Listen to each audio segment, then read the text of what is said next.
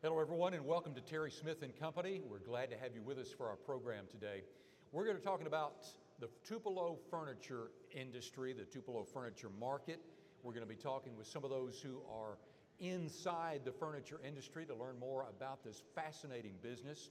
And we are at the 2017 Tupelo Furniture Market in Tupelo, Mississippi. Thank you for joining us and we're glad to have you with us. We've got several guests that are lined up that we're going to be interviewing.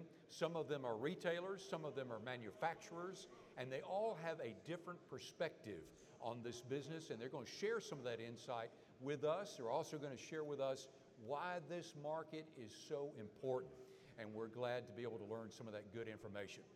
Our guest today on our program is really someone who doesn't need any introduction. He is a man who has been in the furniture industry for many years. He's one that can share a lot of history for us, and I think you're going to find some of that history fascinating. He's Gerald Washington with Washington Furniture Manufacturing Company located in the Pontotoc area there, and I'm so excited about getting to meet him and talk to him. Mr. Washington, thank you for being with us. You're quite welcome. We're glad to have you with us. Thank you. Okay, now let's go back a few years, if that's okay. Sure. And tell us a little bit about how you got started in this. Who influenced you to be in the furniture business? Well, when I started real small. And how small? Like out of your garage? 2 people, yes. 2 people? 2 people. Wow. I worked for 3 years with just 2 people. And had a 26 by 55 building. Actually, my neighbor gave me an old barn. I put the top on it with that. How about that? And I had $400. Wow. And it went from that. Wow. So what kind of started you building furniture? What made you decide to do that? Well, I just worked on the upholstery lines for years since I was 17. Okay. And I just decided I wanted to make a business of it myself. Right. Now, many folks know this, some may not, but Mr. Futorian was a gentleman that was very instrumental in starting things like the recliner and that sort of thing, which almost every household has one of those in them now. Did he influence you at all in this business? No, I worked there, but I'd left there when I went into the furniture business. I worked for DeVille Furniture in Pontotoc. Okay. Okay. And I just got this idea that I wanted to do it myself. Right, right. So I started out cutting frames for a year or 2 for the other small manufacturers, and then I started upholstering at a later date. Wow. So you did it all. I did it all. I mean, you actually put the upholstery on as well as you built the frame? Yes, sir. And put it all together as well. And then how'd you sell it? Well, I had a sales rep. Okay. And he would sell it one week and deliver it the next week on a small truck. And that's where I got started. I started out with small dealers because I couldn't handle a big dealer, so I realized that. Right. So I started out with small dealers. Wow. So your market was, let's say, pretty limited, wasn't it? I mean, within 50 to 80 miles. 50 to 80 miles from your shop where Yes, you were sir. building the furniture. Yes, sir. And today, it's a global market, isn't it? Yes, sir. I mean, you compete on a worldwide basis now. Yes, sir. And so you've seen a lot of changes over the years, and we want to talk about those changes. Now, that seat that's sitting next to you was originally designed to bring a second person. And I see she's not with us here this morning, but I want to talk about Ms. Ruby, your wife. Yes, sir. Because my understanding is, and I can see a gleam in your eye when I mentioned her name, that she has been your partner, hasn't she? From the get-go? Very good one. I'm sure she has been. Ms. Ruby is just as much a part of Washington Manufacturing as Mr. Gerald is, isn't she? And my children. And your children as well? Yes, sir. Okay. But talk to us about Ms. Ruby, because Ms. Ruby is, my understanding, she handles some of the sewing area there? She is the sewing guru, so to speak. Okay, I hear you. And she takes care of all the sewing. And she don't work as much now as she used to, but she used to work every day. Wow. But she still helps sew some when she wants to. That's great. That's great. And so all these years, she's always come to the office, and she's always gotten out there with the other people who are involved in that, Yes, worked sir. right alongside them. That's right. And even though she's the part of the ownership, if you will, Yes, sir. she wasn't afraid to always be right out there in the midst of everything that's going on. That she didn't like the office. She liked Like being out with the the people. plant. Yes, sir. Being out and working with the people. Yes, That's sir. great. Were there, you know I'm going to ask this question, were there ever any times that you all didn't always see exactly eye to eye on some things, and how did you deal with that? Real simple. Real simple? I got to hear it. Everybody be quiet. Got to hear this. They elected me to run the business, Okay. my son and my wife, Okay. in the early days. Had no money, so we were struggling, Right. but they selected that I run the business, Okay. and they've always abided by that. Okay. I got you. So So if I she say still no- had some input, though, didn't she? I mean, she would. Absolutely, yes. Yeah. And she But would usually it was at home. okay. You kind of waited till you got out of the office. And That's then, right. Then she gave you some good input on Yeah. how to do that. That's understandable. But I would listen if it was something to do with the cutting and sewing. Right, right, absolutely. Our guest that we had on just recently, Shane Spiller, with Spiller Furniture and Mattress over in Tuscaloosa, Alabama. He's a third generation individual that's part of that family business, and he now has 5 children, and he's looking, there's a possibility of maybe passing that on to his family. You mentioned that you have children Yes, that sir. are in the business. Tell us how that came about. Well, because I've had other plants before this one, and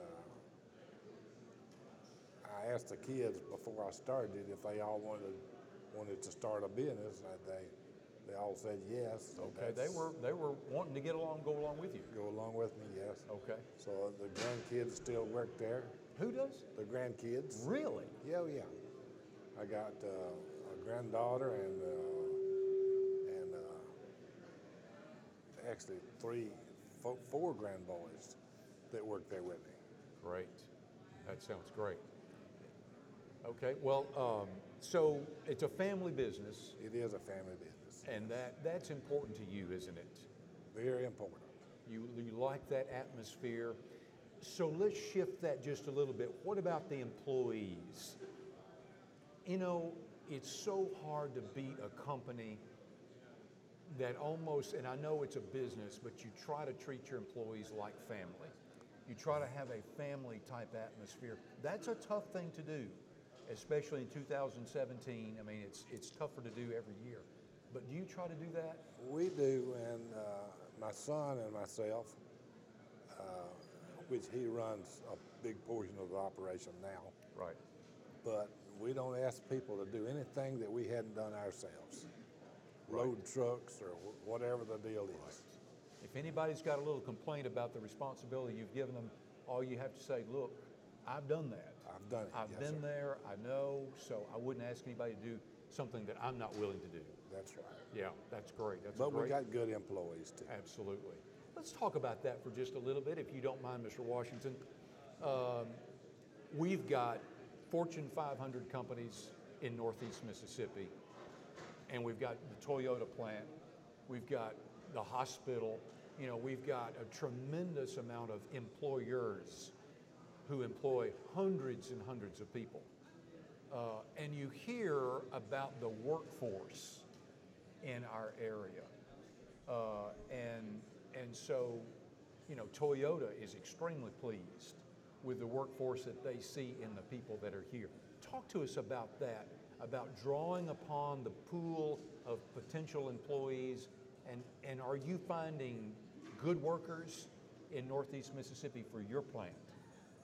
Yes, Pontotoc and Pontotoc County is some of the best employees. And I would imagine people That I drive know. farther than Pontotoc to work at your plant. Absolutely. Calhoun, Chickasaw County, Right. Lafayette County, Lee County, Right. and Union County. Right. So you're satisfied, you're happy with the workforce that's here in Northeast Mississippi to put together the furniture that has your name on it? Oh, sure. I'm very happy with our organization and how it's the employees that work there. Yes. Right. Right. And do we get all we want? No. Right. But probably no employer does. No employer does. Right. But we're happy with them. Yes. That's great. We can't find sewers. That's our biggest problem. Okay. Women to sew. Right. You know, at one time, you correct me, Mr. Washington, if I'm wrong, at one time the transition from the, I'm not sure exactly what it would have been called, but in this area there were a lot of people who did sewing, you know, for the different furniture plants. Yes, sir. And that sort of thing. And some of those were able to transition into working at places like Toyota because they were good with their hands and doing things. But maybe the next generation, if you will, of people that can do those kinds of work, that kind of work, maybe there's not as many of those as there used to be. There is not. So you have some difficulty sometimes filling those roles. With women in the sewing, yes. Right, right. That's why we had to go to China. Okay, So we get about 70%, 80% maybe, 70 to 80 of cut and sew out of China. Okay, so you have it done over there and then it's shipped back over right. here. Yes, sir. Okay. Now listen, I'm not going to put you on the spot, but I do want us. Let's talk about that for just a moment. The international aspect of all of this. You know, President-elect Trump has said that he wants to encourage businesses to get back into America and put more jobs in America. Ford, as you know, yes, just recently announced it's decided not to build that plant in Mexico. Instead, put more investment in jobs here. You know, that's tough to do that because of the very reason you're talking about.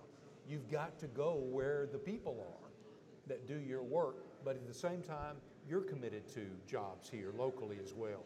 How do you balance that? I don't think there is a good balance. Okay. You just take it a day at a time. Right. And of course, we hire people from other plants, and they hire our people there. You got some people that just move around a lot. Right. So they go and they come. Right. Right. And we just have to deal with that on a day-by-day basis. Right. Exactly. So well, that's all we know to do with it. Well, and I guess that's a word that's so important is balance. And the fact that you're trying, you have to do this. This may be done this way because this is the best economical thing, but yet this is done this way because we're trying to do as much as we can for our local community and that sort of thing. Somehow you have to balance those out. And that I can't imagine, that's a tough situation. You still go to work. I do. Just about every day. Every day, yes. Every single day. So tell us what your day is like. Well, I talk to people, talk to customers if they come in. Everybody wants to talk to the main boss. So my office is open to employees or customers, right. Whoever wants to come in. Right. Of course, our suppliers are there regular, and that's what I do. Right. My son basically takes care of all the production, and we got a plant manager, Mr. Carter. He's very good. So, and my son Danny, he sees to everything, including the new buildings, the additions, the wiring, and he does it all. Wow, that's great. Yes. That is really good. That's a lot of the things that people don't think about, that a person like you and your son has to deal with. Very expansion and that sort of thing. Yes. Well, let's move right into what I would think would be a logical topic, and that's talking about how the business is doing right now. It sounds like it's going really well for your company. Our business is going very well. We had a big increase last year, and we're growing every year. Good. What do you think is part of that? What's helping boost that? Well, part of it is quick ship. I build quick ship. Okay. I can, if a dealer calls, I can put it on his truck in 3 hours. Wow. How does that happen? Well, I keep a warehouse full of furniture. Okay, so you have the inventory. Because a lot of people are a little skeptical and leery about having lots of inventory, aren't they? I love inventory. Okay, you love inventory. $6 million worth about all time. Wow, $6 million worth of inventory. Ready to ship. Okay, so when someone, like you said, gives you a call and said, Mr. Washington, I got a big situation, I need to fill it fast, can you help me? You're able to do that. Absolutely. Not many people can do that, can they? Very few. Okay, that's great. That's a great thing. But there's things you have to do that. You got to keep your fabrics very low, and your styles. Right, right. Okay, that's a great point. I never would have thought about that. So again, back to these things that are kind of promoting good, the increased business. You think just people in general are getting more willing to spend more money a little bit for another chair, another couch, and things like that? Do you think that's also part of what's boosting the economy? Well, I'm sure it is, but I never really think about it that way. Okay. I try to keep my business in shape to if it's good, we survive. If it's bad, we survive. Okay, so yours is as much about running a good ship, if you will. That's right. As it is about what's going on around you. That's exactly right. Wow, that's fascinating. Yeah. So tell us about how you do that. How do you got to have people all on the same page to be able to do that? We do. So that's training, having the right people. Yeah, but if you do the same, like our upholstery lines, we don't change styles during the day. We run all day on one style. Okay, so it's your actual manufacturing process. That's right. That helps keep you fine-tuned and... Yeah, and we don't run to orders, we run to the warehouse. Okay, don't run to orders. No. You run to the warehouse. If you gave me an order today, it's already in the warehouse. Wow, okay, that's great.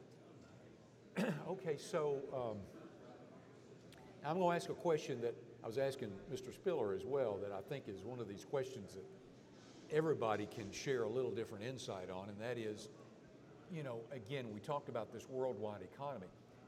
Does anything that you do as far as a website or anything like that play a part in you keeping that focus? It don't help me as far as the manufacturing, but it does help my customers. Okay. The website. So, I think that's what I was thinking. Yeah. You have somebody that calls up, they got to know what it is that's in that warehouse, don't they? Well, they know what styles. Right. They can look on their computer Okay. and see exactly what we make. Okay, and that in turn is going to be in your warehouse. That's right. Okay. Great. That's a great. You've learned the way to do things, haven't you, over the years? Well, you've probably tried some other things and maybe they didn't work, and this works. I started this several years ago, and it turned out well. Yeah. Other people have tried it, but you have to be very strict with what you do. Like I say, a few styles, and you marry your covers to your styles. You can't get every cover that you want. Right. Usually two, and it's there ready to go whenever they get ready for it. Right. Forgive me for using a cliche. You don't necessarily try to be all things to all people. Absolutely not. You try to stick with what works and be good at that. And if we put in a new style, if it don't fit our manufacturing, we don't do it. Okay, that's great. Well, let's talk a little bit about the furniture market. Now, you of anybody that's probably going to be at this market this year, you know about this market. You've seen it over the years, how maybe it's maybe changed to fit the needs that are out there. Talk to us a little about the importance, and we can go ahead and just start about this market specifically. How important is this Tupelo furniture market? Well, the Tupelo furniture market as a regional market is very good to us. I have a lot of large dealers that don't come anymore, and I really don't know why. But the 3 or 4 or 5 states that's close to us, it really helps them. Right, and there are some big dealers in this area. Oh, absolutely. You know, yes. people that are buying furniture, and so that's not a bad thing. I mean, you've got a lot of folks in this area. You know, we've always supported the market, of course. You know, you see people come and go, but we pretty much stick when we do something. We stick with it. Well, when we talked to Mr. Spiller just a little while ago, and you hear this from other people, there is something unique about the Tupelo furniture market. Something about the hospitality part of it. I know you, Gerald Washington, not just a number or not just the name of a company. I know Gerald Washington. I know VM Cleveland. You know, That's you've right. got a relationship there. Yes. And when you come to this community, it's kind of the same way. There's a friendliness, you know. It is. It's more like a family gathering, I guess. Right. You know, I mean, it is business. I understand I that. see competition, and I talk to them, and Right. you know, and we don't fight our competition. We just try to do our own thing. Right.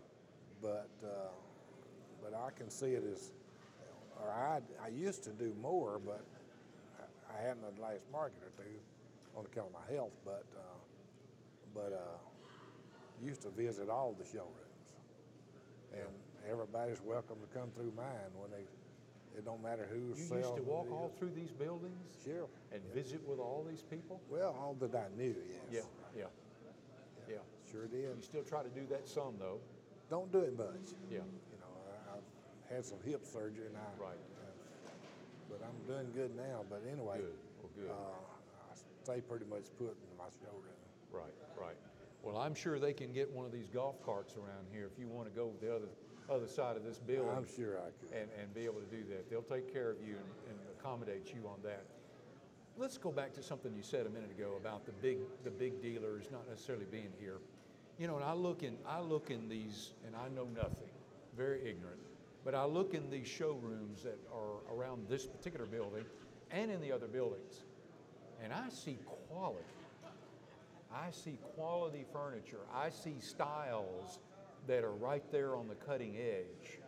And I guess from that perspective, I'm thinking this is a good place to be. You've got variety and you've got quality. You know, there in North Mississippi, it's got some plants that does really put out good products. Yeah. As for myself, we stay on the promotional end, and but we still put out a good product. It'll Right. stay out there and last for them. Because if they finance that sofa, they want it to last a while. Absolutely. Yeah, that's right. So the market continues to be important to you. Oh, absolutely. They changed the week a little bit to try to be a little more competitive and try to meet needs and that sort of thing. And that was, I'm sure, a very difficult thing to decide to do and whatnot, but it seems like the turnout has been good and is going to be good. I think the change will help our dealers to have time to get here. Right. The tax season's ahead. Right, exactly. So, but it's a little harder for the manufacturer because you got year end and everything at one Sure. time Oh, trying that's to get true. the market. Never thought about But that. we'll survive that. Yeah, You know, yeah. we can. Like before the holidays, we were set up and ready to show. Really? Yeah. Oh, that's great. So that's you just have to plan. You work a little around different. Yes, sir. Try to do that. Let's talk about a couple more things, and we're almost out of time, but I want to talk about the future of the furniture industry from your vantage point. And you've got your son, you've got your grandchildren working in the business. Obviously, you feel like, at least for Washington Manufacturing, they're in a pretty sound, stable situation. And we've got what seems to be a positive environment with the economy, you know, not to take sides in political things, but it seems like people's thinking is that maybe the economy is going to pick up and that sort of thing. What do you see as far as the next year, next 5 years, and that sort of thing? Well, I think probably the furniture business will get better. The way I see it, It's always going to be competitive. it's always going to be competitive. So you got to watch competitive. Labor's competitive. Prices are competitive. Right. Everything's competitive. but you have to figure you out some way to beat the competition, whether it's shipping, price, shipping, the times it's ready to go on the truck, and it'd be a good quality piece of, even though it's promotional furniture. Because we try to stay on the retail floor for under $4.99 for a sofa. Yeah.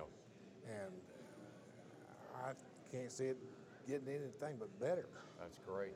That's good. Yeah. And so you look into the eyes of those grandchildren and Sure. you feel like there's going to be a future for them. Absolutely. Yeah. Yes. That's great. Yes.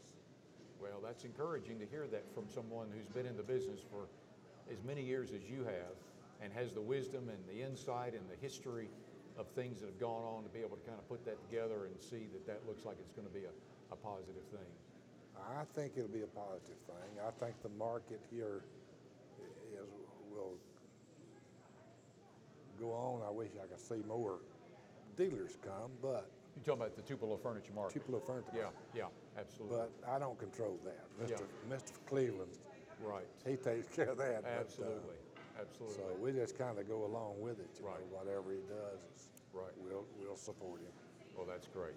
Well, I do want to say this. I think Mr. Cleveland appreciates people that are supportive of the market, like you have been, you know, year in and year out, and you're here, and he's got a great base here to work with, and to have people that are like you, that are supportive.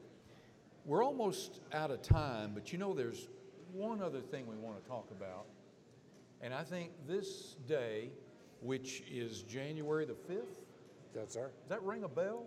Yes, sir. January 5th? How does that ring a bell? Well, it happened to be my birthday. It's your birthday. Ladies and gentlemen, we want to say happy birthday to Mr. Gerald Washington, who's 78, excuse me. And we're glad that he's around, and we hope that he'll be around many, many more years to be able to give us some good insight and to be a part of this fascinating industry. Mr. Washington, thanks for being with us. Nice to meet you. Nice to talk with you. We appreciate it. Thank you. All right. Thank you very much. Thank you for joining us. Don't forget, we are at the 2017 Tupelo Furniture Market here in Tupelo, Mississippi. Many more guests to come right here on YouTube and other websites. We hope you'll join us. Thanks for being with us.